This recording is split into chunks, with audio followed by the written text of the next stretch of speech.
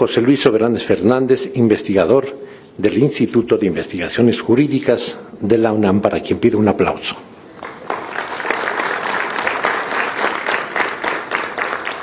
El doctor Salvador Valencia Carmona, investigador del Instituto de Investigaciones Jurídicas de la UNAM también y de la Universidad Veracruzana.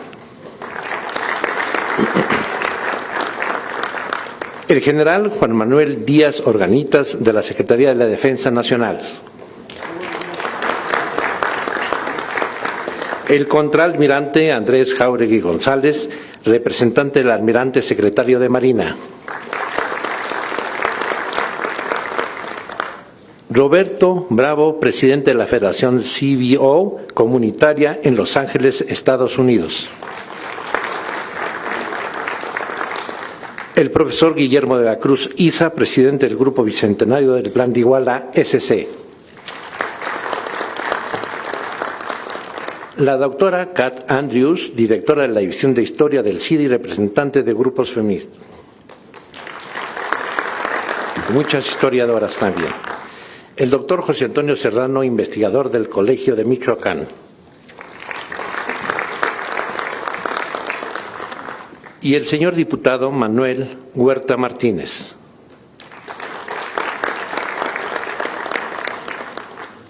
A continuación, solicito haga uso de la palabra para hacer la inauguración el coordinador de este grupo de trabajo, el diputado Manuel Huerta Martínez. Señor diputado.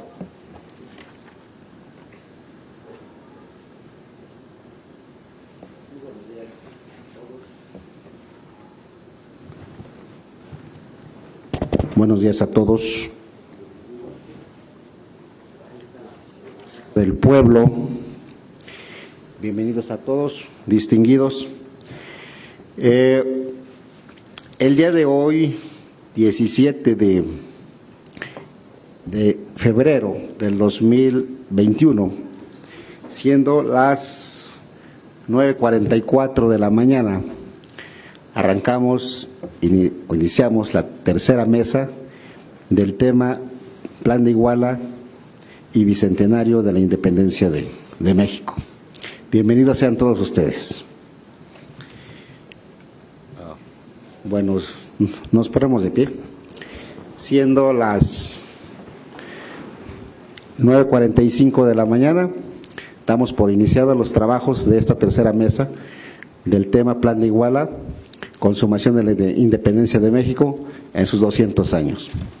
Muchas gracias.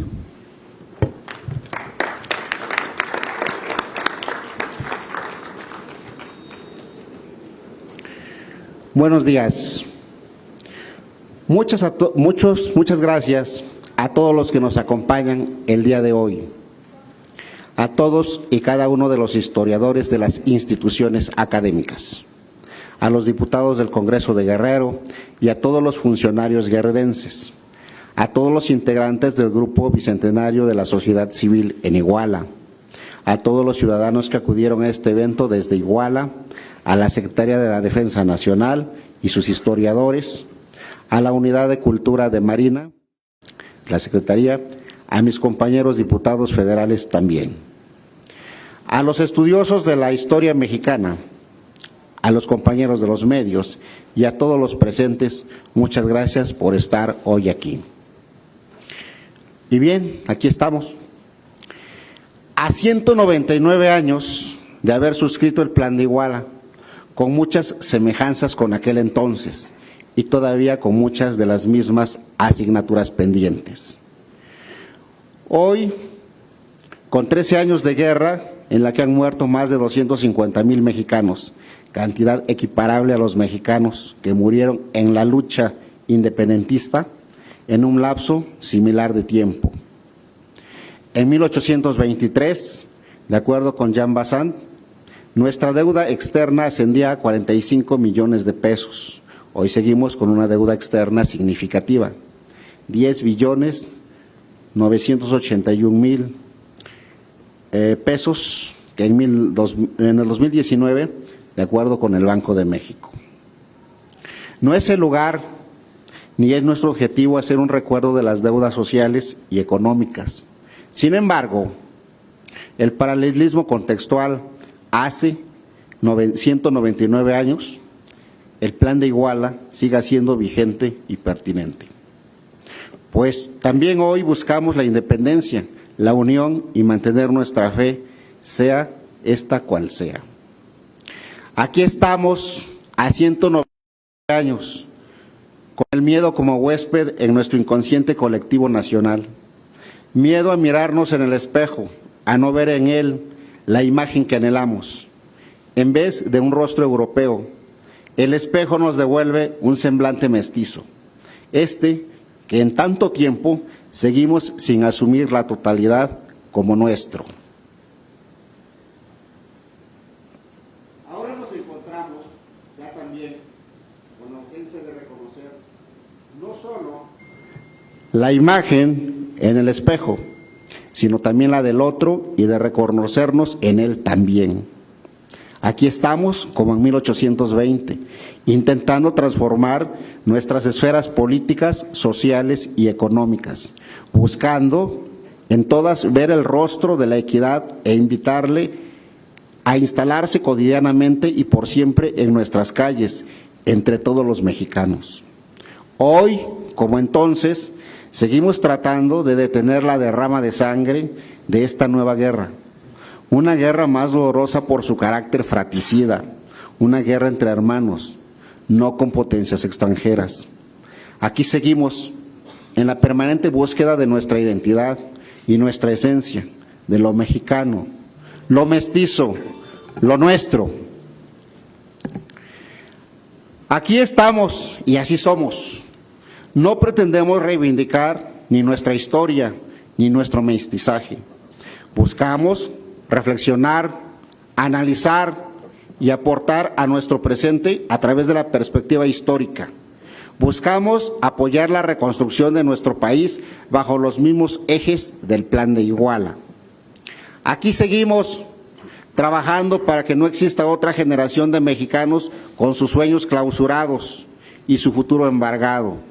Trabajando para que nunca más nuestros hermanos se vean en la necesidad de dejar atrás a sus seres queridos en la búsqueda de una mejor calidad de vida, teniendo que sembrar campos ajenos y abandonando el suyo. Aprovechamos hoy para reconocerles su esfuerzo y solidaridad, ya que es de ellos de quien proviene la segunda fuente de ingreso para nuestro país.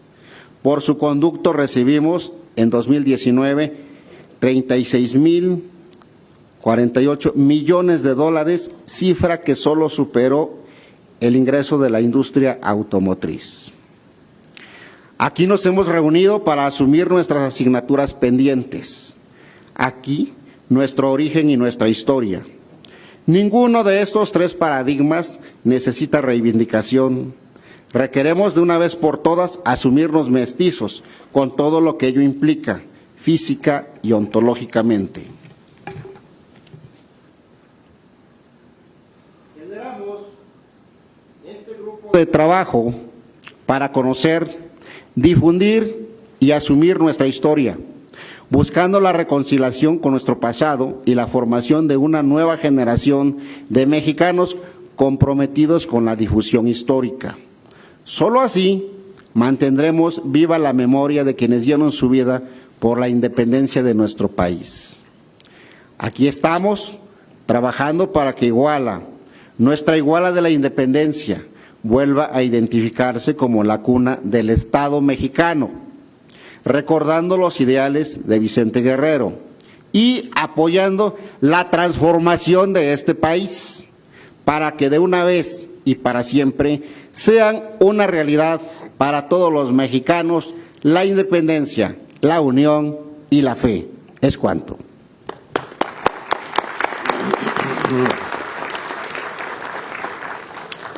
A continuación, nuestra primer conferencia magistral, con lo que damos apertura a estas conferencias, será impartida por el doctor José Luis Soberanes Fernández. El doctor Soberanes Fernández es licenciado en Derecho por la Facultad de Derecho de la Universidad Nacional Autónoma de México, con mención honorífica. Obtuvo el grado de doctor en Derecho sobresaliente cum laude en la Facultad de Derecho de la Universidad de Valencia, España. y el doctorado honoris causa por la Universidad Autónoma de Tlaxcala. El Gobierno de España lo condecoró con la Cruz de Honor de San Raimundo de Peñafort. Es investigador nacional nivel 3 del SNI y académico honorario de la Real Academia de Jurisprudencia y Legislación de España. Actualmente se desempeña como investigador titular C definitivo de tiempo completo en el Instituto de Investigaciones Jurídicas de la UNAM y es también profesor de Historia del Derecho en la Facultad de Derecho de la misma Casa de Estudios desde marzo de 1974. Ha impartido cátedra de maestría y doctorado en distintas universidades del país y el extranjero. Es autor de más de 175 artículos en revistas especializadas en México. Ha publicado 12 libros de investigación, 9 de docencia y 26 de divulgación.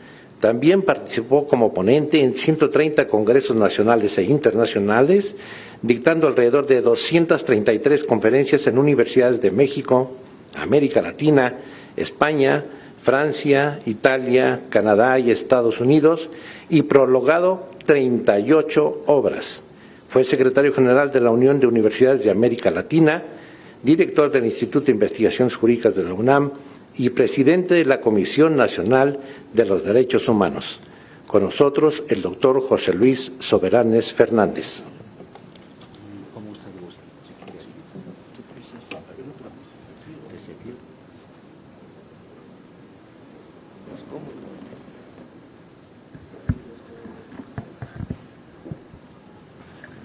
Bueno, sí.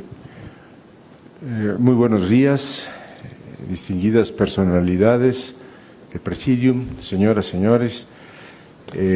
Agradezco a este grupo de trabajo de la Honorable Cámara de Diputados del Congreso de la Unión la invitación para compartir con ustedes algunas reflexiones en torno al Plan de Iguala, al cual pues hemos calificado como el documento fundacional del Estado mexicano. El día de ayer, dice el diario Político Militar Mexicano en su edición del viernes 28 de septiembre de 1821, la Gran México, la doble satisfacción de recibir en su seno al ejército imperial mexicano de las tres garantías.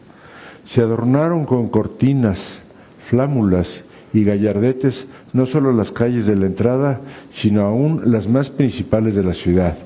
Se procuró en tales adornos que resaltaran el verde, encarnado y blanco, que son lo que quede simbolizar las tres garantías. Se colocó una magnífica portada o arco triunfal entre la fábrica del convento del Seráfico San Francisco y la casa del señor conde del Valle, aunque no brilló lo que debía a la pintura de dicho arco o portada por haberla borrado un fuerte aguacero la noche anterior. Se colocaron varios cuadros con pinturas y poesías muy alusivas al gran día que gozaba ya la capital del mexicano imperio, engalanadas ya y vistosamente adornadas las calles de esta populosa ciudad y con más gusto y brillantez las de San Francisco y Plateros. Entre las 8:30 y las 9 de la mañana comenzó a entrar el ejército trigarante. Rompía la marcha un lucido piquete de dragones de la escolta del señor jefe primero de dicho ejército. Y más adelante dice: el 27 de septiembre, día en que tan felizmente cumplió años el excelentísimo señor Iturbide, según anunciamos ayer mismo, será un día indeleble en la memoria de los mexicanos, juntando con inexplicable placer la reconocida y magnífica México, el día en que vio perfeccionada su libertad y en el que va numerando los años completos de la preciosa vida de su heroico libertador. Todo fue ayer júbilo y contento, todo paz, unión y fraternidad. No habrá quien se queje, no digo ya de lo que le hayan maltratado de obra, pero ni aún de haber ofendido de palabra. Mexicanos, la religión y unión en medio de la libertad que gozáis os han de hacer felices. Bien, Sabemos que nuestra guerra de independencia, entre 1810 y 1821, tiene dos etapas. La primera, pues, que inicia el 16 de septiembre con el Grito de Dolores y concluye el 9 de junio de 1818 con la disolución de la Junta de Jaujillas, aunque podríamos cerrar con el fusilamiento de don José María Morelos el 22 de diciembre de 1815. La segunda etapa se inicia a finales de 1820 y tiene prácticamente como único caudillo a un personaje muy controvertido de nuestra historia, el coronel Agustín de Iturbide y Aramburu. Tradicionalmente se ha considerado que esta segunda etapa surgió como una reacción al liberalismo gaditano. Como resultado de la misma, se va a dar la consumación de nuestra independencia nacional el 27 de septiembre de 1821. Agustín de Iturbide va a lograr la emancipación de nuestra patria respecto a España y condujo los destinos nacionales hasta su dimisión del poder el 20 de marzo de 1823 y para ello se basó en un instrumento que normó su actitud, su actividad, tanto en el campo de batalla como en los primeros años de vida independiente, lo que se conoce como plan o indicaciones para el gobierno que debe instalarse provisionalmente con el objeto de asegurar nuestra sagrada religión y establecer la independencia del Imperio Mexicano, y tendrá el título de Junta Gubernativa de la América Septentrional, propuesta por el señor coronel don Agustín de Iturbide al excelentísimo señor virrey de la Nueva España, conde de Venadito, el 24 de febrero de 1821. Habiéndose dado en la población de Iguala, actual estado de Guerrero, se le conoce generalmente como el Plan de Iguala. No desconocemos que hay otros documentos constitucionales de la independencia, como por ejemplo los elementos constitucionales de rayón y, más importante, el Decreto Constitucional para la Libertad de la América Mexicana de 22 de octubre de 1814, conocido como la Constitución de Apatzingán, siendo este un texto muy entrañable para los mexicanos. Sin embargo, tenemos que reconocer que el mismo nunca entró en vigor ni tampoco fue tomado en cuenta en los primeros momentos del México independiente. También no desconocemos que el Plan de Iguala nunca tuvo buena prensa, precisamente porque fue el instrumento normativo que fundamentó el actuar del ejército trigarante hasta la consumación de la independencia, así como el quehacer político de las autoridades nacionales durante más de 2 años siguientes a la emancipación. Por eso, el Plan de Iguala es la causa formal del Estado mexicano, o sea, el origen del Estado mexicano. ¿Cómo surge el Plan de Iguala? Recordemos cómo en 1814 Fernando VII regresa de su cautiverio, que había estado en Francia, y lo primero que hace es abrogar toda la legislación liberal que había sido dado en Cádiz, la Constitución de Cádiz y las leyes reglamentarias. Sin embargo, posteriormente, en 1820, precisamente como consecuencia del levantamiento de Rafael de Riego en la población andaluza de Cabezas de San Juan, es que el rey se ve obligado a reasumir la Constitución nuevamente de Cádiz y la legislación, dando lugar a lo que conocemos como el trienio liberal.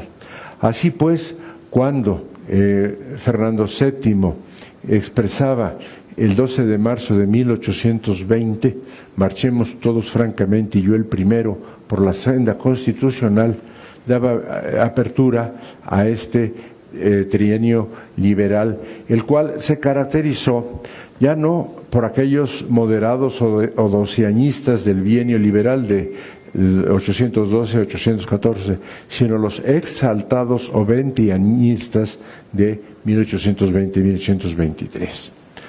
Como consecuencia de todo ello, el 31 de mayo de 1820 a las 2 de la tarde, el virrey de la Nueva España, Juan Ruiz de Apodaca, y la Real Audiencia juraron la Constitución de la Monarquía Española, la Constitución de Cádiz. Al día siguiente lo hicieron el arzobispo y su cabildo catedralicio, y así sucesivamente las demás corporaciones y autoridades novohispanas, hasta el 9 de junio, en que fue solemnemente promulgada en la Ciudad de México la Constitución de Cádiz nuevamente. Y el día 18, el mismo mes, se llevaron a cabo las elecciones para la constitución del ayuntamiento de la capital de nuestro virreinato. Bien.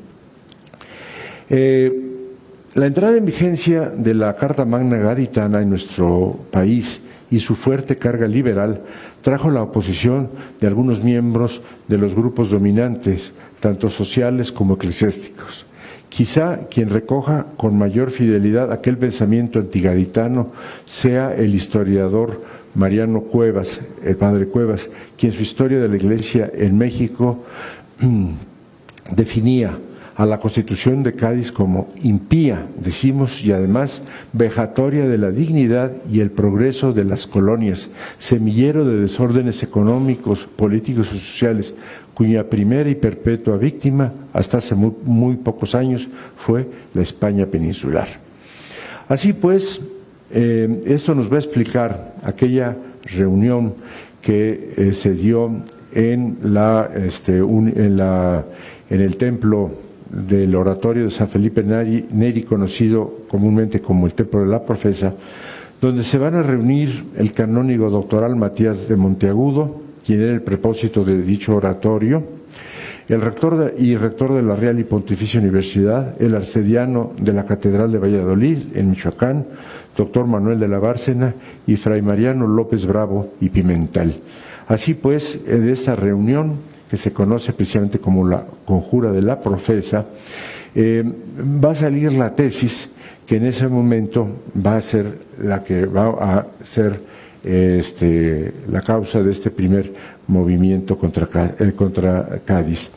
La tesis era desconocer el juramento constitucional de Fernando VII por la falta de libertad personal en el soberano y, por lo tanto, continuar el gobierno virreinal de acuerdo con la legislación indiana, en tanto cuanto el monarca recuperara su libertad y, por supuesto, abrogada nuevamente la legislación liberal. Así pues, a sugerencia del arcediano de Valladolid, el padre de la Bárcena, los jurados de la Profesa habían recurrido al jefe realista en retiro, el coronel Agustín de Iturbide, para encabezar la revuelta armada. Para esto, aunque Iturbide se encontraba en situación de retiro de la vida castrense activa, logró que el virrey lo volviera a insertar en la milicia activa, nombrándolo comandante general del sur y rumbo de Acapulco el 9 de noviembre de 1820, a cuyo destino partió 7 días después, particularmente a combatir a Vicente Guerrero, teóricamente. Aquí, pues los historiadores se han preguntado sobre el origen del Plan de Iguala.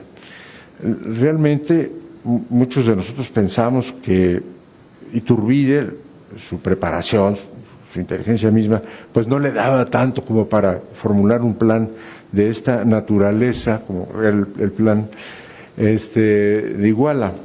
El historiador Mariano Torrente sugiere que este plan de Iguala fue redactado por Juan Gómez Navarrete, quien era en ese momento diputado por la provincia de Valladolid, de las Cortes de Cádiz. E inclusive se dice que entre este proyecto que hizo Gómez Navarrete, entre septiembre y octubre de 1820, se dice que fue llevado a Cádiz, que fue llevado a España con el propósito precisamente de que fuera asumido por la propia España. Otra pregunta que nos hacemos es, ¿de dónde vino esta conversión de Iturbide? De hacer aquel aguerrido, inclusive sanguinario, militar en contra del movimiento insurgente, de dónde aquí que se iba a convertir en el promotor de la independencia nacional. Jaime del Arenal nos dice que entre 1816 y 1820 se operó un cambio y una maduración en las ideas de Iturbide. Por su parte, Luis Villoro resume la transformación iturbidista en dos palabras: madurez y transición. Y para explicarlo mejor recurre al famoso canónigo José Mariano Beristain y Sosa. Otro personaje fundamental en este momento fue don Vicente Guerrero, quien después de la disolución de la Junta de Jaujillas había continuado con la guerra de independencia a través de la guerra de guerrillas. De ahí pues que la idea de Iturbide no era combatir tanto a Guerrero, sino aliarse a Guerrero, ¿verdad? Por eso nos dice el mismo Jaime del Arenal que Iturbide, con sus ideas emancipadoras, ya desde noviembre de 1820 buscó el acercamiento con Guerrero. Y finalmente se dio la reunión de ambos el 14 de marzo de 1821 en Teleolapan, actual estado de Guerrero, aunque algunos mencionan que fue en Acatempan. Bien, incluso el mismo Lucas Alamán menciona otro pueblo. El hecho es que a partir de entonces Guerrero se suma al ejército de las Tres Garantías junto con su tropa de los Pintos, ¿verdad? Y su extraña apariencia. Previamente, las tropas de Iturbide, ahora constituidas en ejército trigarante, habían jurado los días 1 y 2 de marzo lealtad al Plan de Iguala. Para esto, en la capital del virreinato se había producido un golpe de Estado. Se depuso al virrey Ruiz de Apodaca el 5 de julio de 1821, encargando el gobierno al mariscal de campo Francisco Novela, nada más como encargado, no como virrey. A los pocos días, el día 30 del mismo mes de julio, llegaba a Veracruz el nuevo virrey o jefe político superior, Juan de O'Donojú, quien, dada su personal ideología liberal y ante el panorama en favor de la independencia del antiguo virreinato, no tuvo más remedio que firmar el 24 de agosto del mismo año 1821 en la villa de Córdoba el tratado que lleva su nombre, según el cual reconocía a nombre de España la independencia del llamado Imperio Mexicano. Finalmente, el 7 de septiembre de 1821, en la hacienda de San Juan de Dios de los Morales, hoy día restaurante, junto a la Ciudad de México, el ejército español firmó el armisticio mediante el cual se rendía frente a las tropas del Plan de Iguala.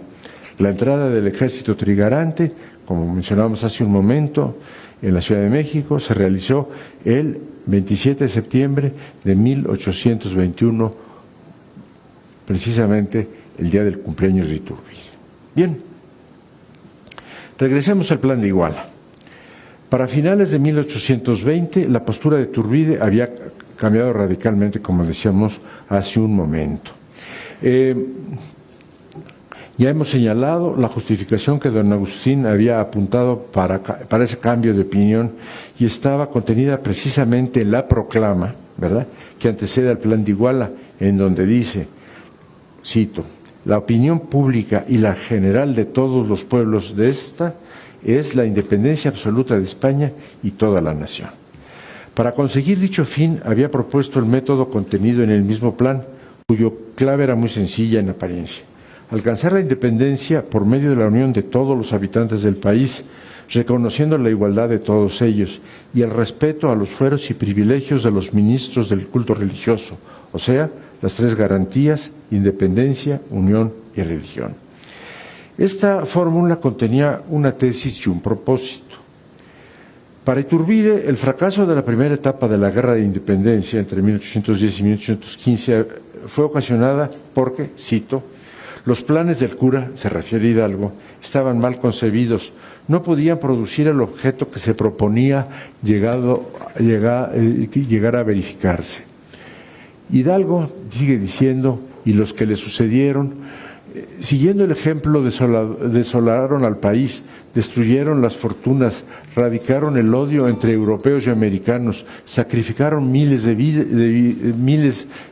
víctimas, obstruyendo las fuentes de la riqueza, desorganizaron el ejército, aniquilaron la industria, hicieron de peor condición la suerte de los americanos, excitando la vigilancia de los españoles a vista del peligro que les amenazaba, corrompiendo las costumbres y lejos de conseguir la independencia, aumentaron los obstáculos a que se oponían.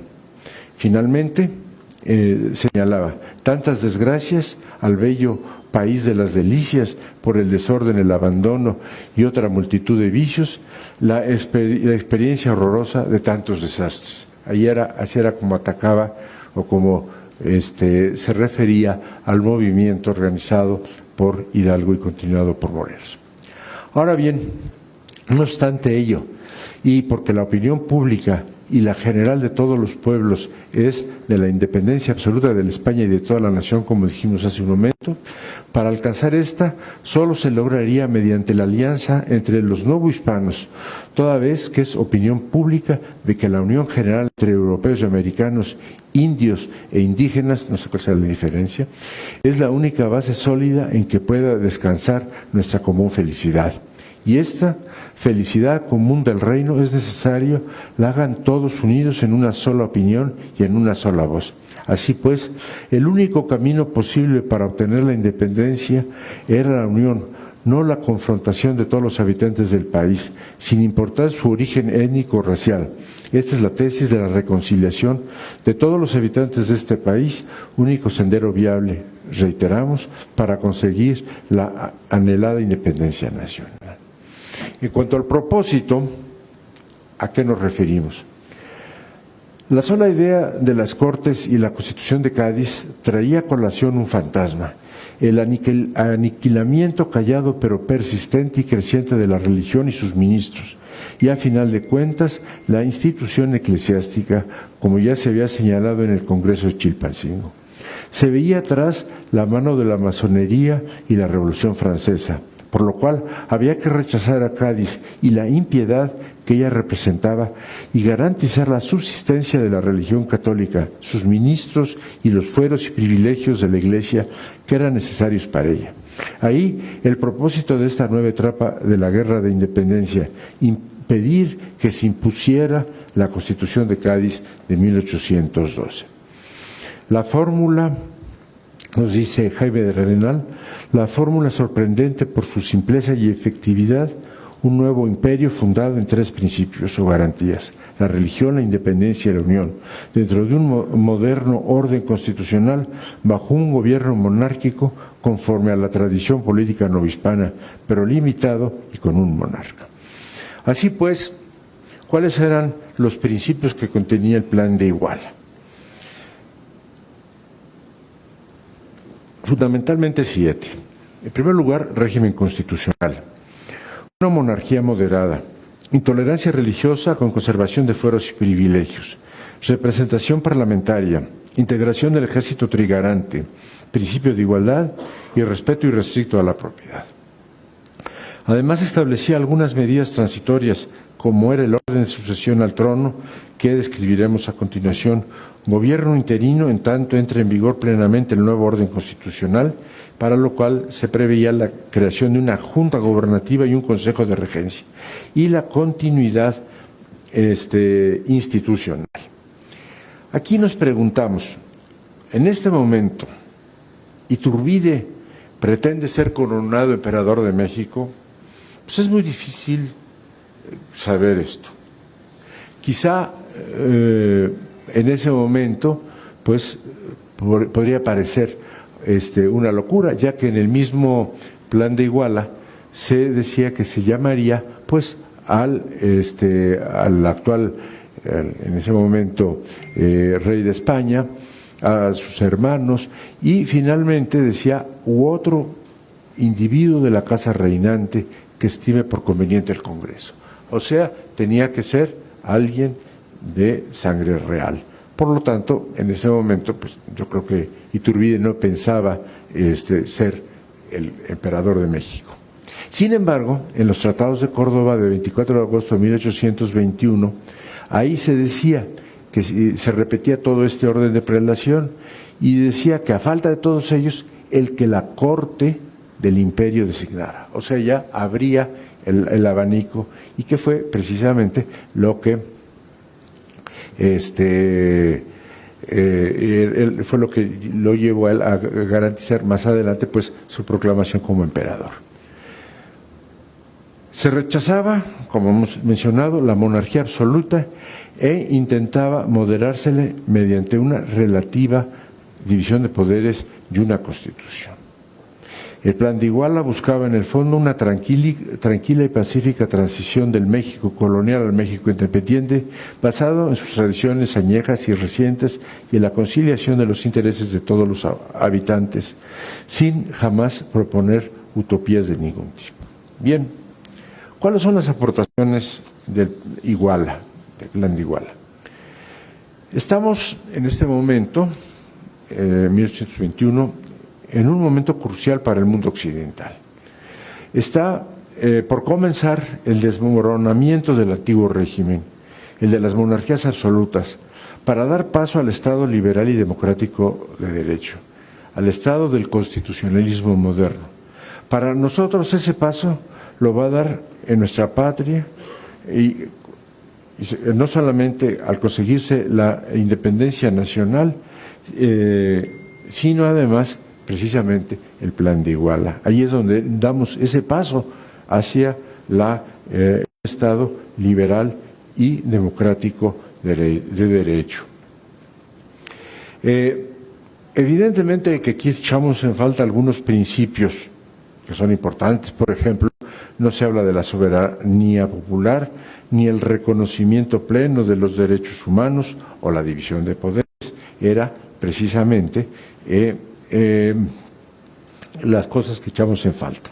Las claves del éxito, según Del Arenal, la genialidad de Iturbide radica en percatarse de la necesidad de constituir un Estado atendiendo a sus peculiaridades, a su historia, a su naturaleza, a sus hombres, a sus características sociales, a su imaginario social, a su geografía, a sus creencias, tradiciones y costumbres. Tenemos que considerar un hecho incuestionable. Agustín de Iturbide va a conseguir la anhelada independencia de España. Va a proponer un modelo constitucional que, aunque imperfecto, traía importantes aportaciones que hemos mencionado. Ahora bien, aunque posteriormente desbarró en los hechos del ejercicio diario del poder, traicionando los propios principios enunciados en el Plan de Iguala, me estoy refiriendo a Iturbide, no por eso tenemos que dejar de reconocerle que él cerró el antiguo régimen de la Nueva España y abrió el México independiente la ruta para llegar a ser un Estado liberal y democrático de derecho. Fue el inicio del camino de nuestra nación, el origen del Estado mexicano. Muchas gracias.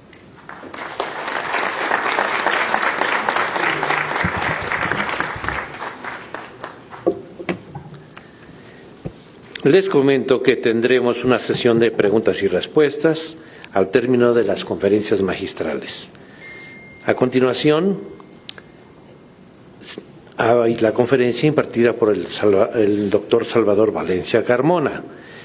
El doctor Salvador Valencia Carmona es investigador de tiempo completo, titular C del Instituto de Investigaciones Jurídicas de la Universidad Nacional Autónoma de México, miembro del Sistema Nacional de Investigadores Nivel 3. Obtuvo el grado de licenciado en Derecho por la Universidad Veracruzana y el de doctor por la Universidad Autónoma de México. En ambos grados académicos obtuvo la mención honorífica. En la Universidad Libre de Bruselas efectuó un postdoctorado sobre la Comunidad Económica Europea.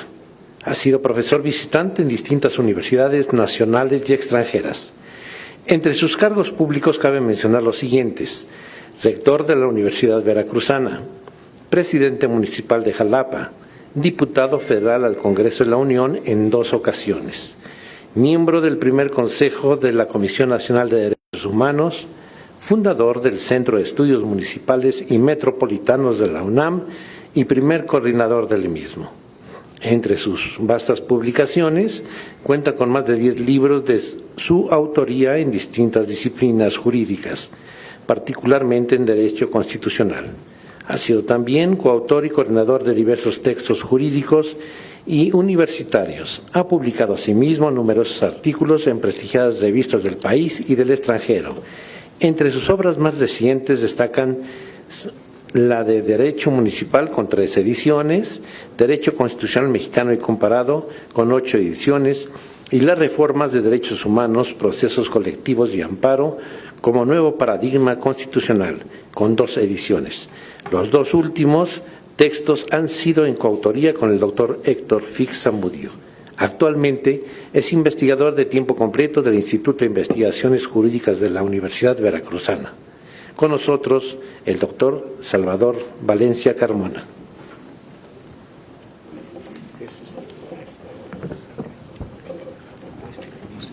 Este está más cerca. Se oye bien, ¿verdad? Sí. Distinguidos miembros del Presidium, señoras y señores. Este título que escogí yo para esta charla se llama Independencia, Plan de Iguala y Estado Mexicano. Se escogió este título porque yo creo que la independencia y el propio año de 1821 no pueden verse como actos aislados. Son resultados, como bien lo dijo el diputado Manuel Huerta hace unos momentos, de todo un proceso.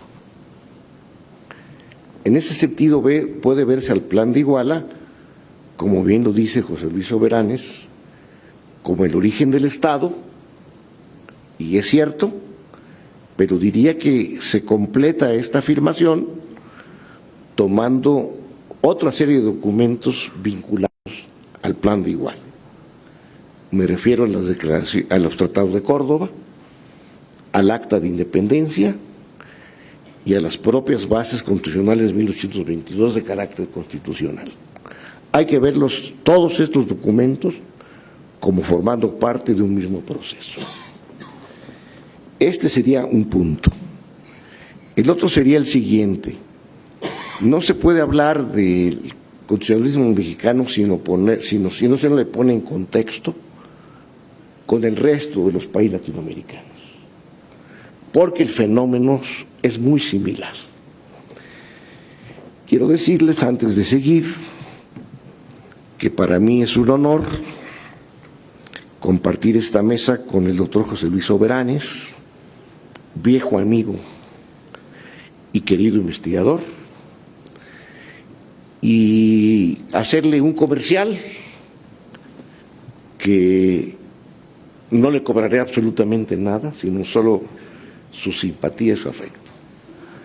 Acaba de publicar un libro, un par de libros, un tratado, para mí de lo mejor que se ha escrito en materia de historia constitucional de México. Él le llama una historia constitucional, con modestia porque hay muchas historias constitucionales. Son de 2 tomos de nuestro instituto. Pretendí regalarle a algún amigo estos 2 volúmenes, pero ya se habían agotado. Entonces yo te exhortaría, José Luis, a que excites a nuestro director del instituto a que pronto se haga la otra edición. Hecho esto, platiquemos un poco de esta independencia, cómo surge. Bueno, obviamente cuando Napoleón invade España y coloca a su hermano, el famoso José Bonaparte, alias Pepe Botella, por razones obvias, el Imperio Español pierde su centro de gravedad. Entonces las colonias dicen, bueno, ¿qué haremos frente a esta invasión de España por los franceses? Y entonces dicen, bueno, pues vamos en primer lugar a protestar que seguimos queriendo a Fernando VII, como el nombre de Fernando VII, el deseado, y después se convirtió en el indeseable, como son las paradojas de la historia. Pero entonces casi todos los países, incluso el nuestro, en un principio, pues abogan por el respeto a la investidura real, por mostrarse fieles a Fernando VII, e incluso sucede así en la Ciudad de México.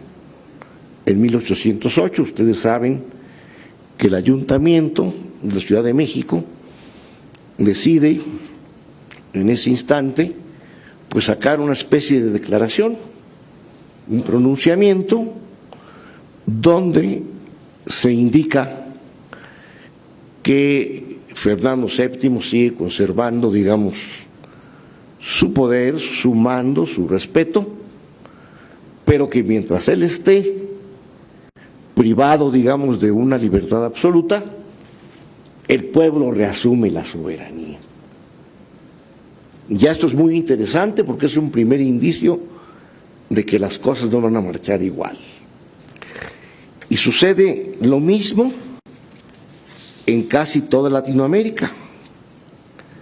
Aquí en 19 de julio el ayuntamiento se pronuncia, pero en Buenos Aires el 21 de agosto el virrey, obligado, digamos, por un movimiento popular, tiene que jurar también su fidelidad a Fernando VII y se establece una junta de gobierno que va a gobernar ya de manera independiente en estas provincias unidas del Plata, lo que hoy es Argentina, va a gobernar casi de manera absoluta y se dice bajo la máscara de Fernando VII. O sea, dejan formalmente a Fernando VII ahí como una figura, pero los que gobiernan son ya ellos. Igual pasa en Venezuela el 15 de agosto, ante el video del capitán general Casas, responde el Cabildo. En Bogotá, el 13 de septiembre, se establece una serie de declaraciones violentas contra Napoleón. O sea, vean ustedes cómo está ya reaccionando, no solo en México, sino en toda Latinoamérica. Se vuelve ya un movimiento, diríamos, de carácter regional e internacional. Esto es muy interesante porque no es solo la independencia de México un acto aislado, es un acto vinculado a todos los hermanos países de América Latina. Este es un primer punto, y si nosotros observamos algunas constituciones de aquella época, e incluso antes de la de Cádiz, por ejemplo, las constituciones colombianas, yo platicaba con los juristas colombianos sobre este punto, y ya en 1811 ahí se dicta una constitución de Cundinamarca, muy avanzada para su tiempo. Y ahí se dice, fíjense ustedes cómo se parecen las cosas a México. Se dice que esta constitución es una mezcla de cánones republicanos y principios monárquicos. En el encabezado se reconoce a don Fernando VII como rey de los cundinamarqueses. Cundinamarca tenía como capital a Bogotá, de ahí que después se convierte en la capital del futuro país colombiano. Ahora bien, eso que sucede aquí en estas constituciones, digamos, de Colombia, sucede también en Quito, que en el artículo 5 dice de aquella constitución de 1812, o sea, se están incluso avanzando a la constitución de Cádiz, para que se vea que ya había un movimiento constitucional fuerte, pese a que seguían todavía bajo el manto protector, entre comillas, de Fernando VII. Ahí se dice que al rey Fernando VII se le conoce como monarca, pero fuera de esta mención inicial se habla de un Estado independiente, el cual se va a ejercitar por un presidente del Estado, 3 asistentes y 2 secretarios con voto informativo que nombrará el Congreso. O sea, ya es un paso adelante hacia la independencia. Entonces hay una serie de documentos aquí, por ejemplo, en la propia Colombia, la Constitución de Tunja de 811, la de Cartagena de 1812 y finalmente textos de 1815. Es muy interesante ver estos textos. En algunos de ellos yo me encontré un artículo muy interesante, un precepto, que casi parece suscrito por Zapata, donde dice que la tierra es de quien la trabaja. Debe repartírseles esas porciones de tierra a todos los ciudadanos de ese país, para que vean cómo se entrecruza la historia y cómo hay que vincular la historia nuestra con el resto de Latinoamérica y con el contexto internacional. Viene después, como bien lo dijo José Luis, el asunto de la independencia y el Plan de Iguala. Cierto es, digamos que hasta 1815 es un movimiento fundamentalmente popular que decae y ya quedan muy pocos grupos, digamos, armados e insurgentes. Quizá, pues, Vicente Guerrero, en los estados, obviamente, del sur, y por allá en Veracruz, perdido en las cuevas, Guadalupe y Victoria, y algunos otros grupos aislados. Pero el movimiento independiente e insurgente está en pleno retroceso, a tal grado que el virrey Ruiz de Apodaca dice: ya esto casi terminó, ya pacificamos Nueva España. Pero como quiera, quedaba todavía pendiente Guerrero y algunos otros grupos. Y alguien o algunos le soplaron al oído a Ruiz de Apodaca. Pues trae precisamente a Vicente Guerrero, a Iturbide, que está ahorita dedicado a las labores agrícolas en su hacienda, para que vean cómo lo que dice José Ortega y Gasset, el hombre es él y su circunstancia. Si Ruiz de Apodaca no llama a reintegrarse al ejército a Iturbide y nombra a otro, Iturbide jamás hubiera estado en este tipo de eventos. Ahora bien, claro que en esos momentos, pues Ruiz de Apodaca jamás pensó lo que traía en sus adentros Guerrero, que ya traía otras ideas, porque estaba captando cuál era el sentir popular en aquellos momentos de la Nueva España. Y es interesante observar que lo dice el propio Iturbide en sus aquellas memorias de Liorna tan famosas, que él escribe obviamente cuando se va al exilio. Dice él lo siguiente: Iturbide: por todas partes se hacían juntas clandestinas en las que se trataba el sistema de gobierno que debía adoptarse. Los americanos deseaban la independencia, pero no estaban de acuerdo en el modo de hacerla, ni en el gobierno que debía adoptarse. Si esto lo vinculan ustedes, por ejemplo, con el libro de Jesús Reyes Heroles, el primer tomo, que se llama Los Orígenes, tiene el capítulo muy interesante, el inicial, que se llama La euforia constitucional de 1820. Cuando se reinstala en 1820 la Constitución de Cádiz, virtud del levantamiento al que se refirió José Luis de Riego, pues tiene que jurarse la Constitución de Nueva España, y sale una serie de folletos y de obras sobre el aspecto constitucional, que obviamente van permeando en la población. Por eso justamente reconoce eso Iturbide, y dice, bueno, pues esta es una coyuntura interesante. Creo que puedo convertirme. Yo creo que en ese momento toma conciencia y cambia de giro.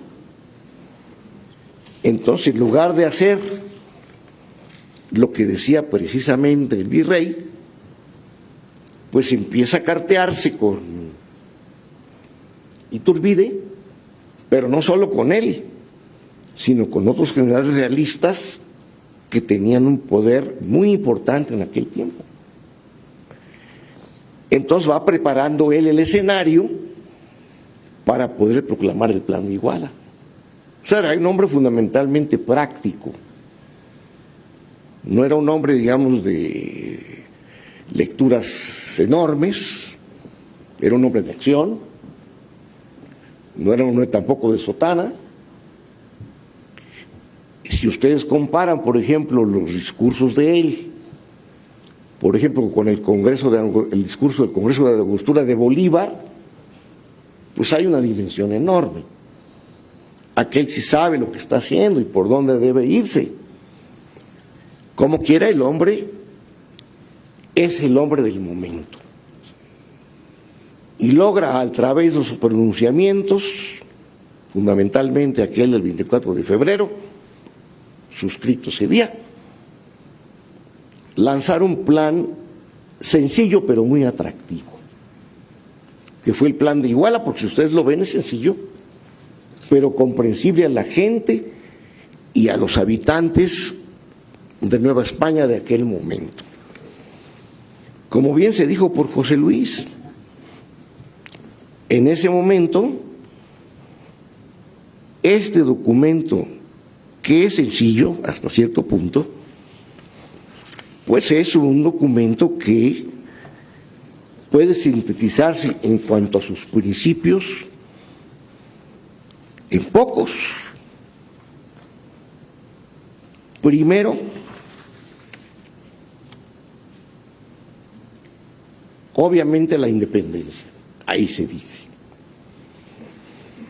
y un régimen constitucional. O sea, ya no se concibe en este momento que la Nueva España pueda seguirse, digamos, reglando sin una constitución. Esto ya es un gran avance. Segundo, una monarquía moderada, templado, dice, por una constitución análoga al país. Es muy importante. No cualquier constitución, sino una que sea análoga al país donde se va a expedir. Representación política en Cortes y en el ínterin una junta gobernativa,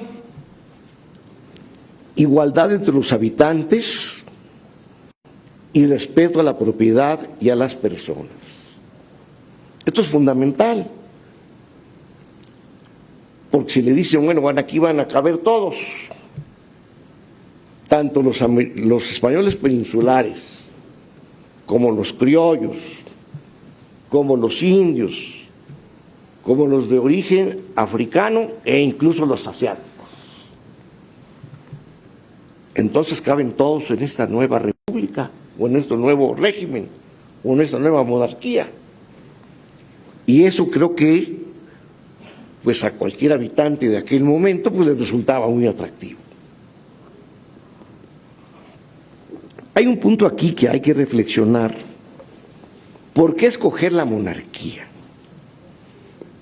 Porque quizá en los primeros tiempos, digamos, de la independencia, hay una frase de un escritor muy de moda hace unos 40 años, que se llamaba José Enrique Rodó, que hizo un libro que se llamó El hombre mediocre, que tuvo un gran vigor y se era leído por muchos. Y él dice que en ese momento, en los primeros momentos, formaban legión los que querían el régimen monárquico. En cambio, los republicanos eran de excepción, como Artigas y algunos otros. Y efectivamente, en este momento, así sucedía. Sin embargo, ya en algunos textos ustedes encuentran el ejecutivo colegiado en las juntas de gobierno que se establecen, porque ante la existencia virtual del rey, se forman juntas de gobierno para gobernarlo entre tanto regresa. Pero aquí quizá en México, en la cuestión de Apatzingán, tenemos el mejor modelo de ejecutivo colegiado, en la Constitución de 14, donde se le da al Poder Legislativo un poder enorme, a tal grado que los miembros del Poder Ejecutivo, los 3 miembros, no podían ausentarse una sola noche sin darle aviso al Congreso. Algo ha de haber hecho Morelos, algunas travesuras, porque como ustedes saben, tuvo algunos hijos, entre ellos Juan Nepomuceno Almonte, que fue a traer años después a Maximiliano para el Imperio francés. Como quiera, era otro tipo de ejecutivo colegiado que no se ha practicado mucho en Latinoamérica, quizás solo en el caso de Uruguay, que lo ha tenido en 2 ocasiones, en 1918 y 1952, ambos terminaron con crisis por crisis económicas. Había también un intento que a mí me parece muy digno de destacar, porque es una fórmula original que pretendió mediar o transar entre la monarquía y la república, que es el Ejecutivo Vitalicio Bolivariano, que él inventó como fórmula para lograr que mantuviera el Poder Ejecutivo con estabilidad, pero nada más mientras viviera ese Ejecutivo. Se le decía, bueno, es un trono con librea republicana, y nunca prosperó, aunque sí llegó a algunas constituciones. Finalmente, como ustedes saben, cuando ya los países latinoamericanos llegan a la independencia, se impone el modelo presidencial, en el cual seguimos en la mayoría de los países latinoamericanos, por diversas razones que no viene al caso mencionar. Pasado, digamos, el asunto de el tratado, o el plan de Iguala, perdón, y visto que fue, pues, con sus principios muy atractivo, hay un punto que yo quiero destacar, quizá por un motivo personal, pero también creo que por un motivo histórico y jurídico. Y porque está vinculado con el plan de Iguala, los tratados de Córdoba. No voy a utilizar aquí mis palabras, voy a utilizar las palabras de un maestro para mí muy querido, que trabajó muchos años en Veracruz y que fue mi director de la Facultad de Filosofía y Letras cuando yo estudié esa carrera junto con Derecho, Otto Narrones. Después terminó y tuvo algunos años acá en de filológicas, aquí en la UNAM. Era un hombre muy singular porque era dueño de un ingenio azucarero en Veracruz, dueño de 2 periódicos que siguen existiendo, El Mundo de Córdoba y El Mundo de Orizaba, y con todos esos recursos, él se dedicó a las letras. Hablar del italiano y su influencia en el Siglo de Oro, hablar de los primeros científicos que tuvo México, hablar también de algunas novelas de Mateo Novelo, y tiene un texto de los tratados de Córdoba, que ya no se encuentran a la venta, pero que voy a pedirle yo a la rectora de la Universidad de Veracruz, que junto con esta comisión que preside también don Manuel Huerta, pues hagan una edición de los libros y fundamentalmente tratados de Córdoba de Otón Arrondas. Y dice Otón, primero se refiere a la reacción que tiene Iturbide cuando llega O'Donoghue a Veracruz. Y lo titula No era piel de oveja. O sea que O'Donoghue no era piel de oveja. Esto porque en una carta, al referirse a O'Donoghue, dice y precave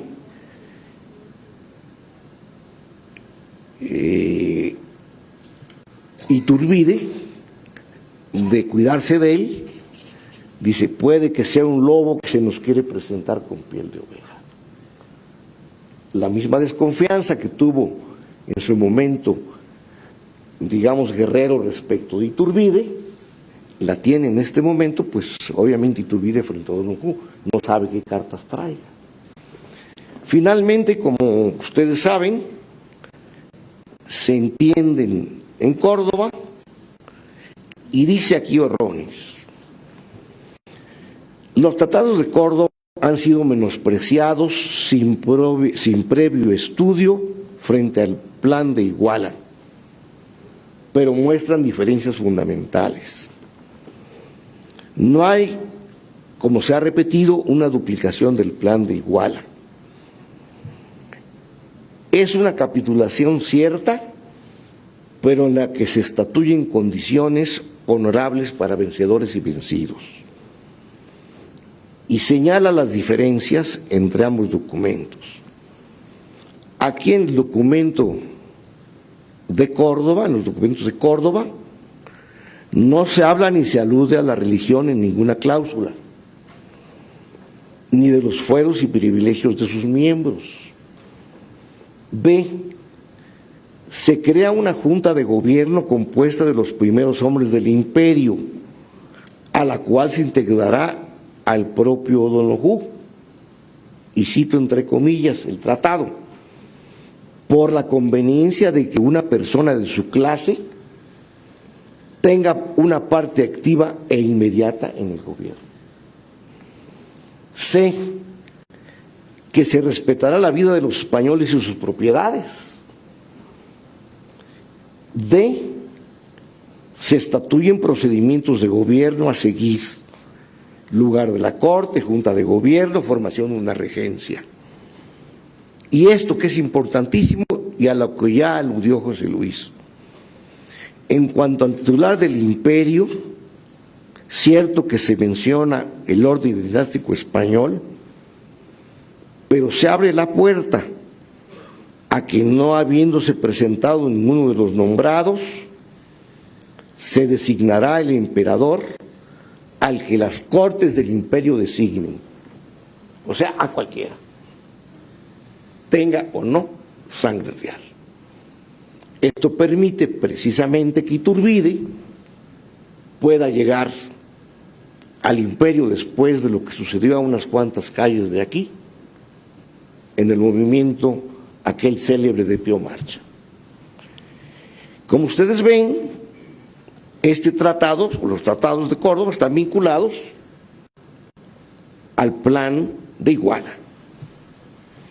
Y diría que el acta de independencia, lo mismo se dice ahí en ese documento, en el acta de independencia de 28 de septiembre de 1821,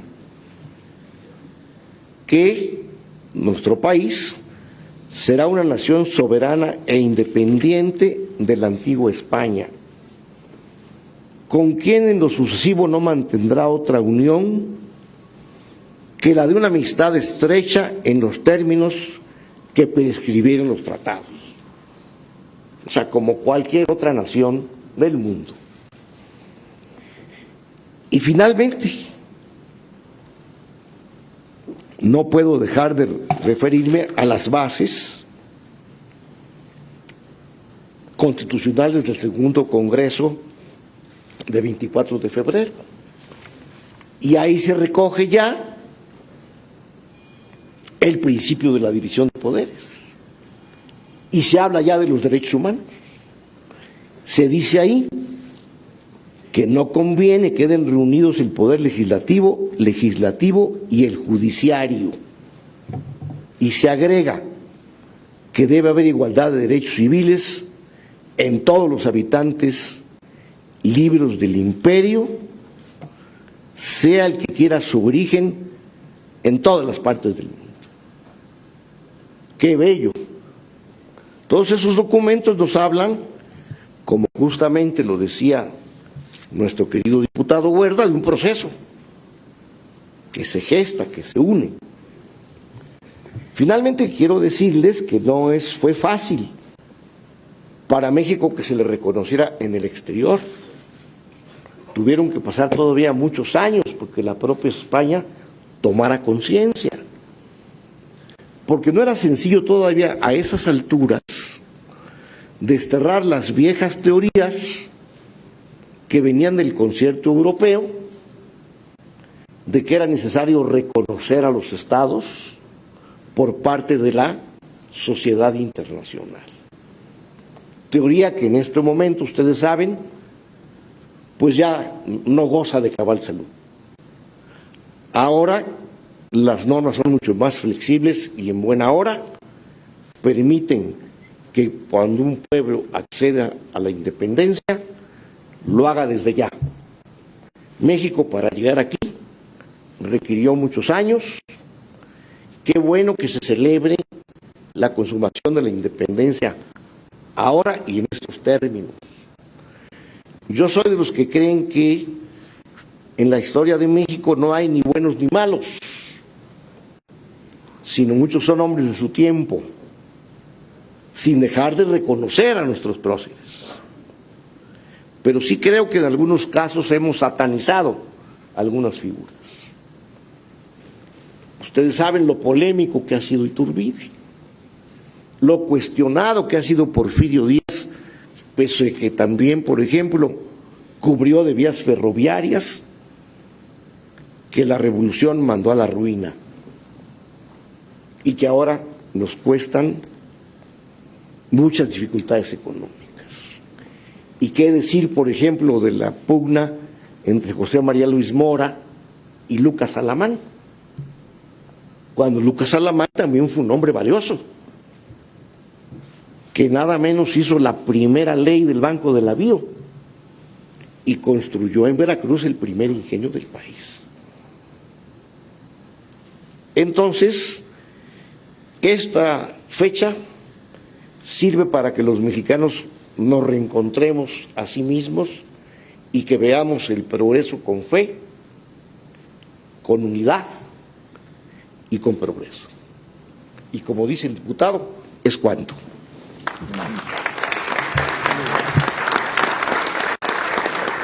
Gracias a la intervención del doctor Valencia Carmona. Damos también la cordial bienvenida al diputado Antonio Helguera del Congreso de Guerrero, al doctor Juan José Juárez de la Universidad Autónoma de Tlaxcala, a la doctora María Eugenia del Valle del Instituto Nacional de Antropología e Historia, a Gerardo Gursa Lavalle del Instituto Mora, al doctor Jaime Arenal Fenocchio y a todos los integrantes del Comité Técnico, además a la maestra Alicia de Canguey de la Benemérita Universidad Autónoma de Puebla. Están abiertos los micrófonos para las preguntas y respuestas de nuestros distinguidos conferencistas.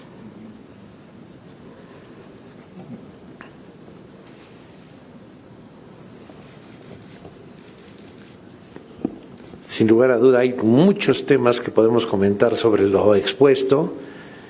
Son conferencias y además conferencistas de primer nivel que tenemos mucho que preguntarles y que creo que es el momento adecuado para ello. Si es usted tan amable, por favor. Muy buenos días. Antes que nada, pues quiero agradecerles por estas conferencias. Yo vengo desde Mérida, Yucatán, y pues es algo muy refrescante poder escuchar esas opiniones de gente tan instruida en estos temas. Yo más bien, más que preguntas, tengo nada más como dos comentarios que me surgieron al transcurso de las pláticas que pude escuchar. Y una de ellas es algo que me llamó mucho la atención, que es lo que mencionaba el doctor Valencia Carmona acerca pues de, como usted mencionaba, acerca de la república, ¿no? Que eran muchísimas las huestes monárquicas y muy pocas las republicanas, y pues en ese caso usted tiene razón, y es que en ese caso en particular, a pesar de que eran muy pocos los republicanos, estaban divididos en dos facciones también.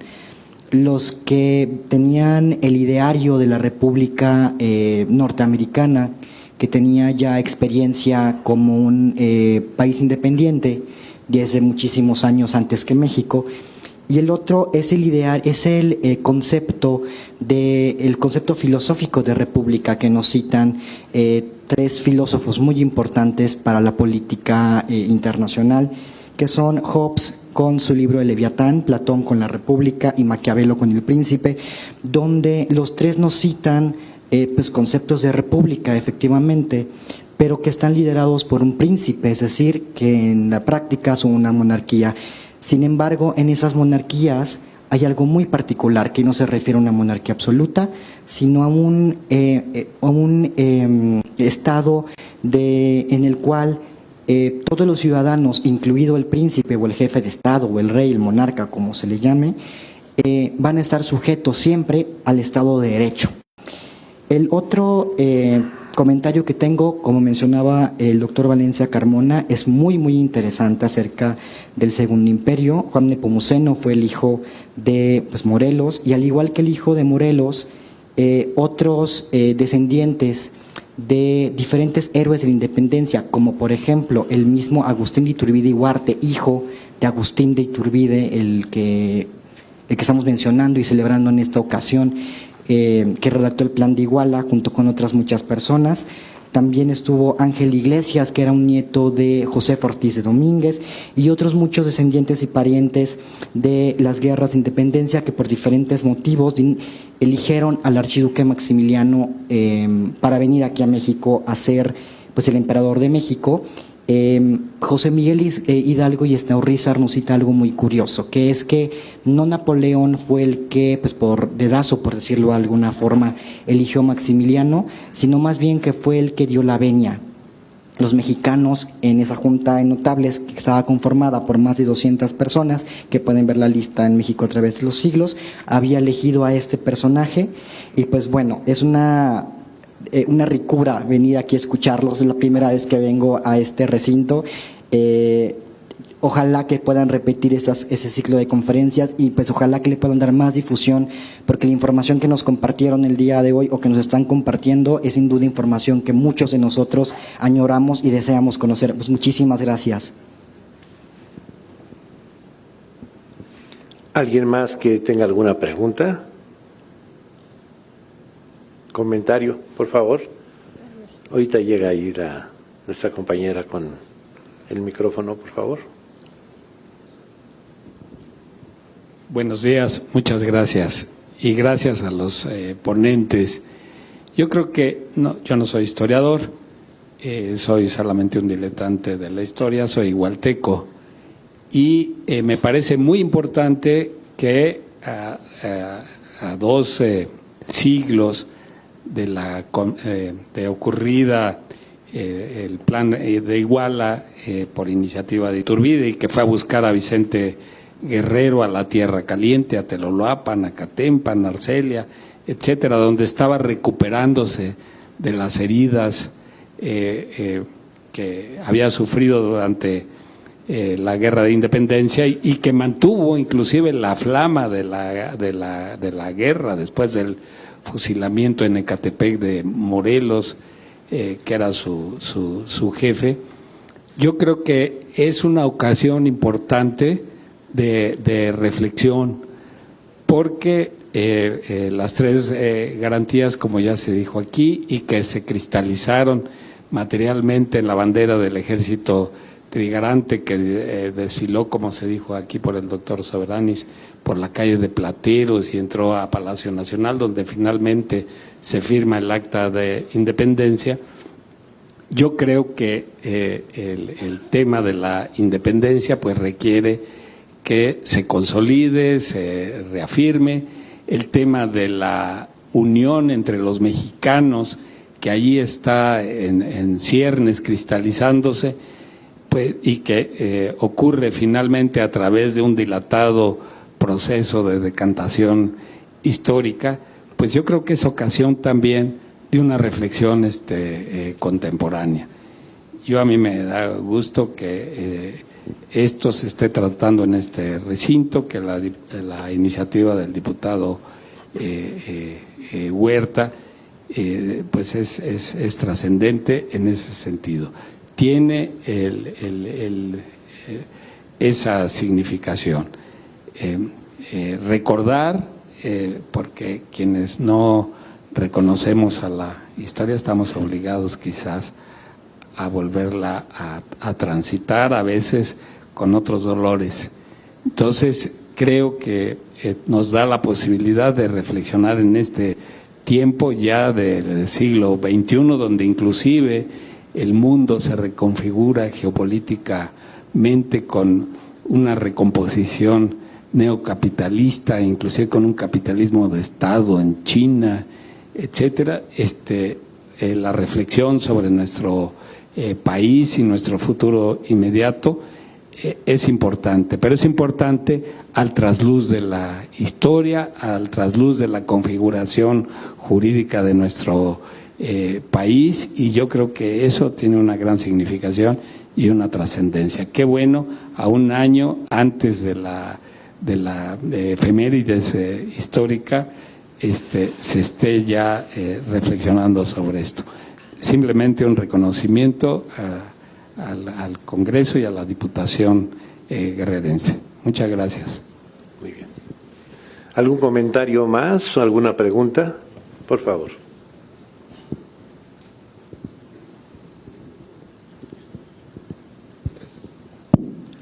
Buenos días. Yo tengo una duda. ¿Por qué a casi 200 años del Plan de Iguala, tenía uno de los principios que es la unión de clases sociales?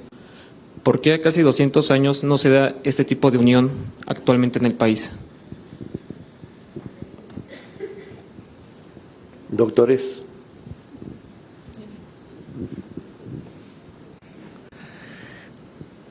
Bueno, yo en primer lugar comentaría algo que dijo el compañero de Yucatán. ¿Cuál es su nombre? ¿Oliver? Wilber. Wilber Flores. Ah, sí, hay Wilber, ¿verdad? Muchos Wilber Flores. Sin demérito de los habitantes del Distrito Federal, que también me siento parte, y he vivido muchos años aquí, tengo muchos amigos, tantos más que en Veracruz. Yo digo que después de Veracruz, Yucatán, que me encanta, por su cocina, por su tradición, por todo. Y sí, efectivamente, tiene usted razón, cómo la teoría política va evolucionando en función de los hechos y de las naciones. Todavía a finales del siglo XIX, casi en 1900, hay un autor muy interesante, muy prolífico, diríamos, que tuvo gran éxito y que debe todavía leerse, que se le considera los fundadores de la teoría del Estado.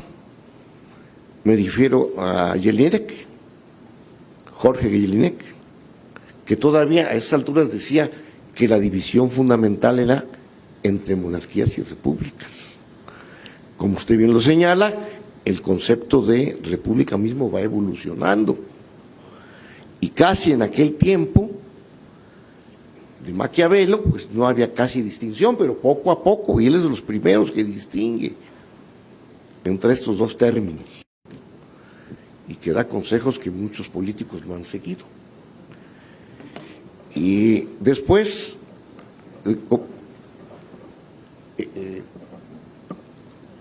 el último, pero había un compañero huasteco, ¿verdad? De Iguala. O sea, del mismo lugar. Agradecer sus palabras y estuvo usted muy atinado en su juicio. Y finalmente un compañero de Tlaxcala. ¿Cuál es su nombre? Enrique Navarro. Pues pienso lo mismo que usted, que es muy grave que a estas alturas el país en primer lugar sufra una desigualdad social enorme y que esto en lugar de corregirse va en aumento. Y creo que el discurso de cualquier político en este país debe ser de unidad y no de provocación. Debe ser de convocar a todos para un fin común. En eso coincido con usted. Pero perdón. ¿Sí?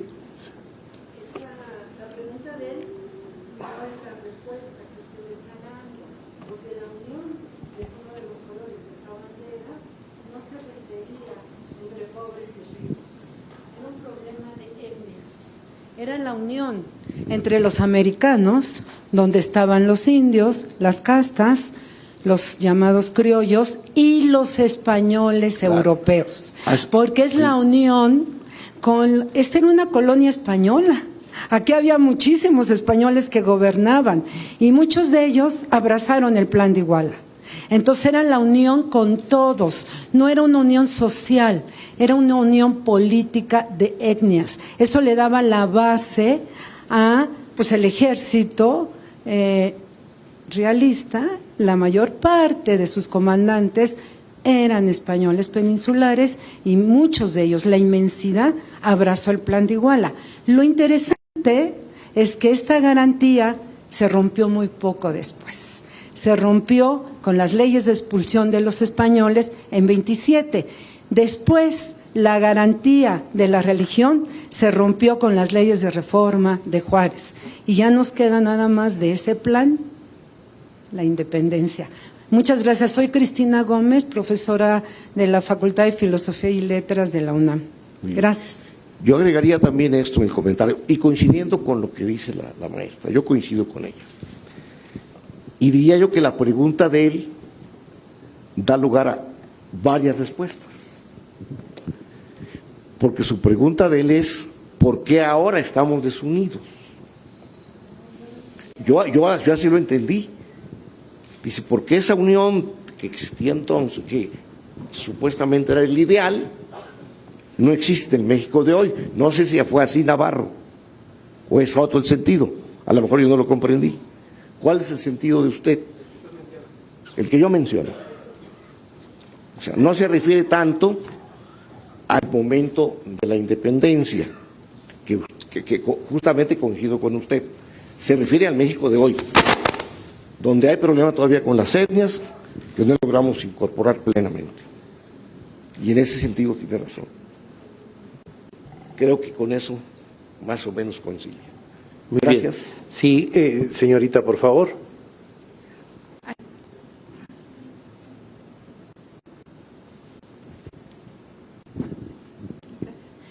Yo creo que para tener, hablar del concepto de unión, primero debemos de reconocer en la actualidad el que somos mexicanos, tenerlo enaltecido.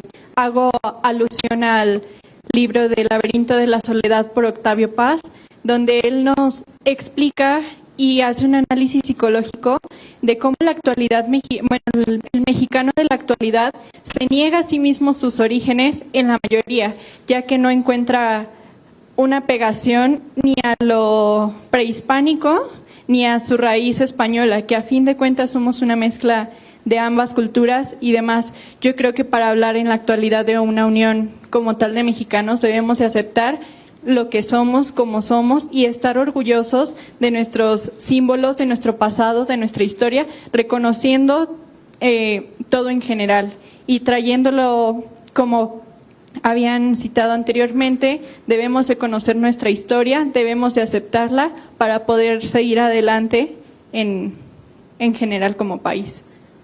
Eso. Otra participación, el caballero, por favor.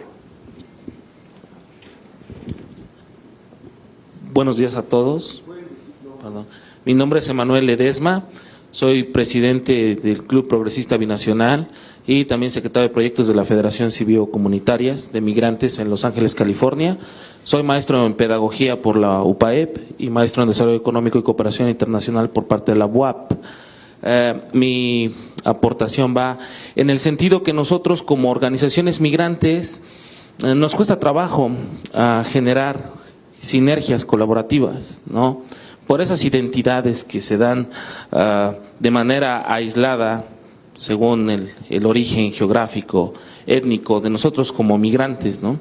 Entonces, respondiendo, por ejemplo, a la pregunta del compañero del por qué estamos a 200 años desunidos, pues para pronto, hace medio año, en este recinto se logró el reconocimiento del pueblo afromexicano.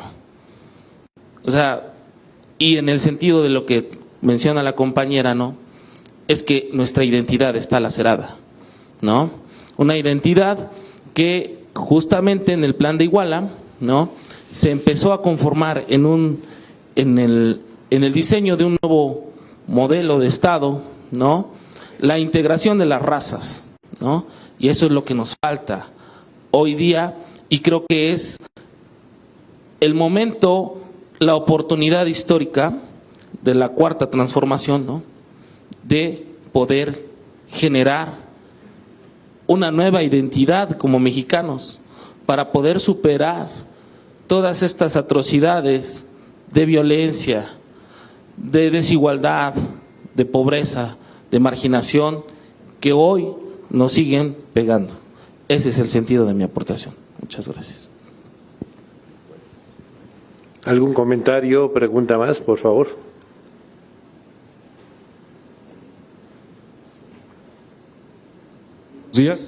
Buenos días, su amigo Luis Luna, secretario del Grupo Bicentenario Plan de Iguala, Sociedad Civil. Preguntar qué tan posible y viable sería jurídicamente fijar el Día del Ejército Mexicano en esta revisión de la historia, el 2 de marzo, que es cuando se le jura lealtad a la bandera trigarante justo en la ciudad, en la antigua villa de Iguala. Una pregunta. Y felicidades por las exposiciones.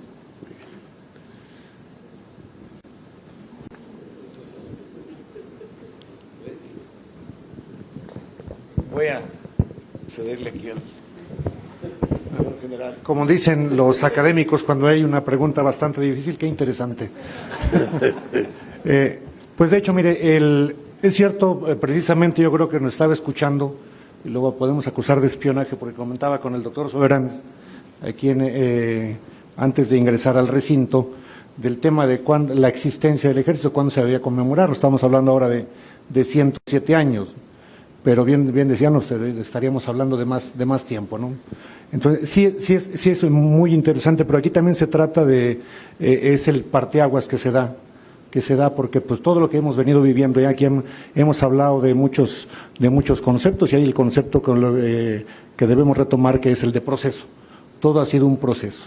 Tendríamos que remontarnos desde la época prehispánica, porque también ya existía un ejército tal cual, los guerreros águila, los guerreros tigre, sí, claro, obviamente, ¿no?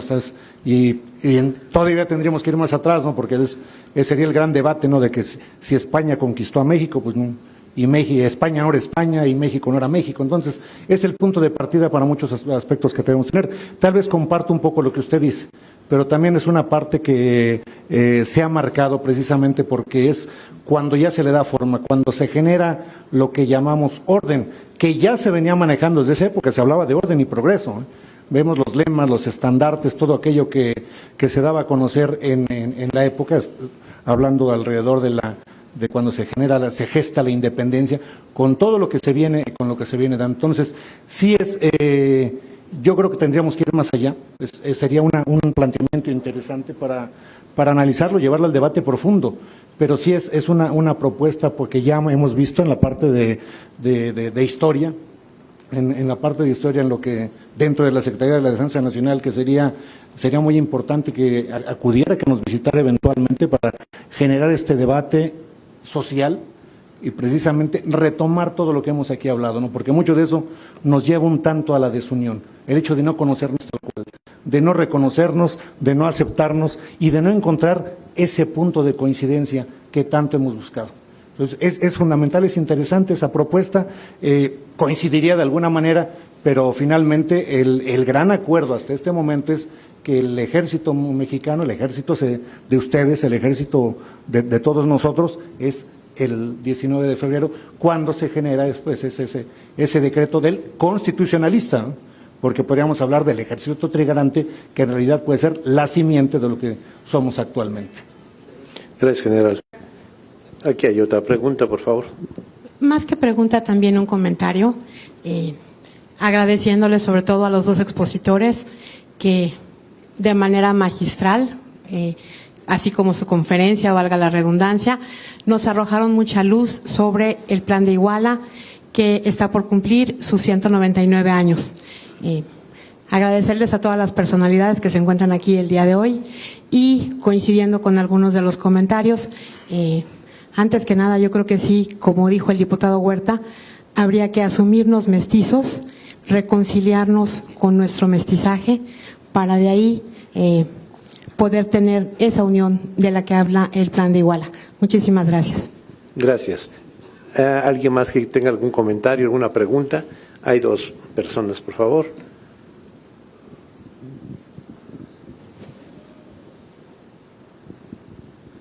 Buenos días, mi nombre es Pedro Baena Albiter, soy de la región norte del estado de Guerrero, de Tetipac.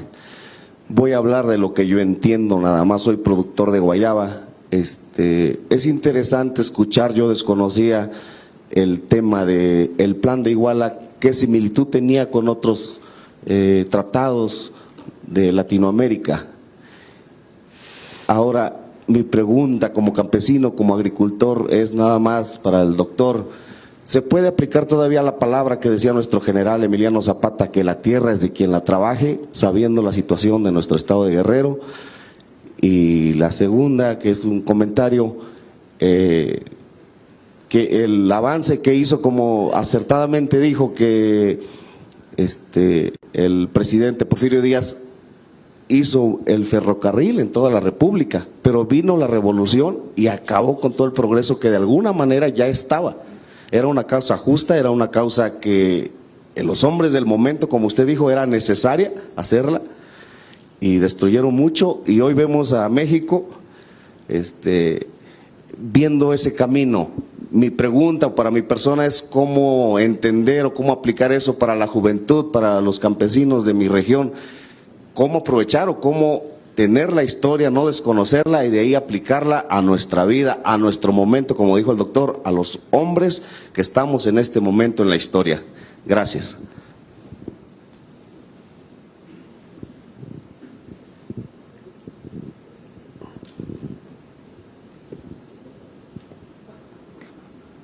Bien, aquí, compañeros, estamos muchos igualtecos y muchos de Guerrero. Soy Frumencio Ramírez Cardona, síndico, procurador del gobierno de Iguala de la Independencia. Y bueno, más que nada, yo sí quisiera invitar, le repito, estamos muchos igualtecos y guerrerenses, a invitación del compañero diputado Huerta. Sí nos gustaría que para esa fecha tan histórica para nosotros, tan importante, tan trascendental para Iguala, para Guerrero y para México, nos acompañaran. En especial a ustedes, el historiador, el compañero Soberanis, y usted, señor, que saben mucho de historia, sí nos gustaría que en esa fecha tan histórica estuvieran con nosotros. Esta es la invitación. Gracias.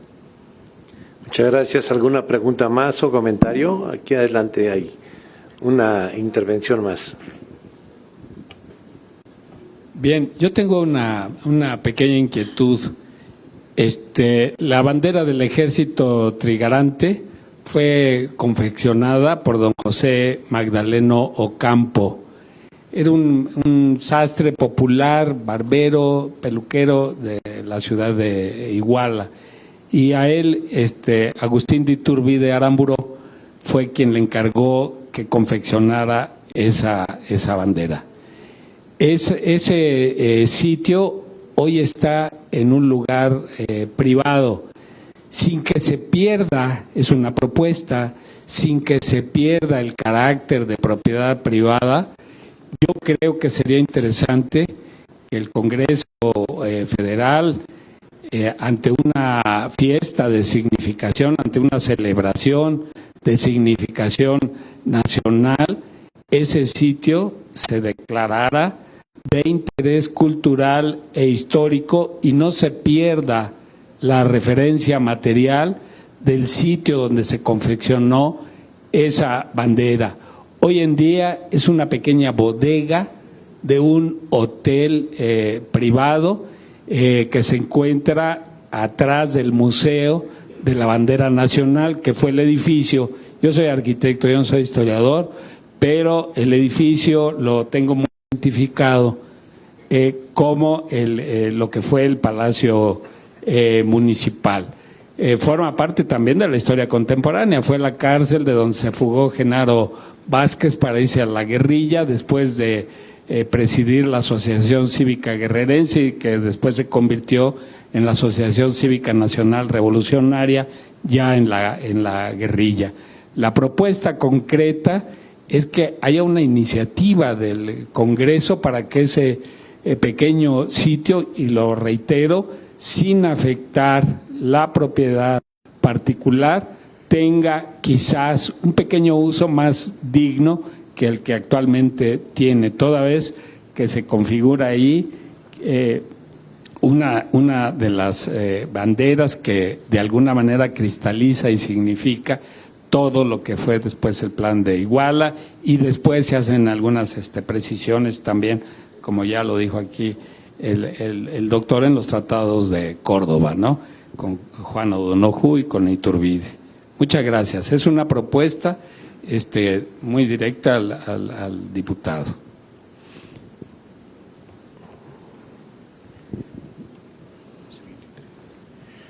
Bueno, pues gracias una vez más por estar a todos aquí.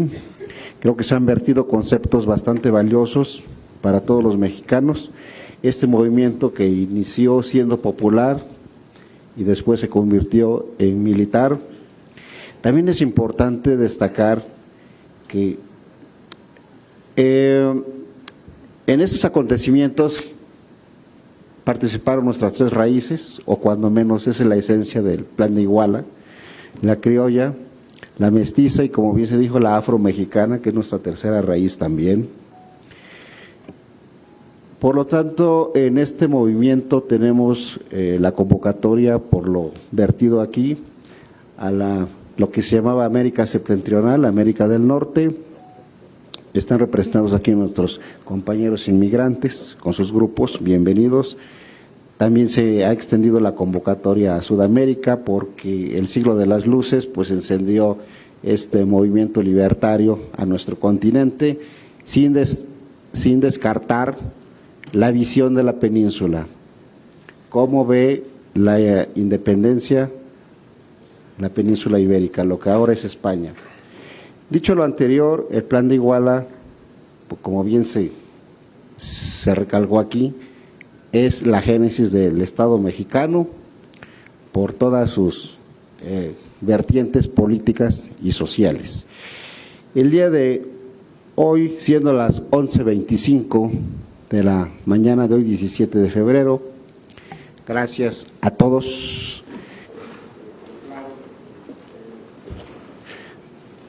Clausurada esta conferencia magistral por nuestros brillantes expositores, y a la vez otorgarles un reconocimiento a ambos por su brillante participación. Al doctor José Luis Soberanes, pido un aplauso por sus brillantes conceptos.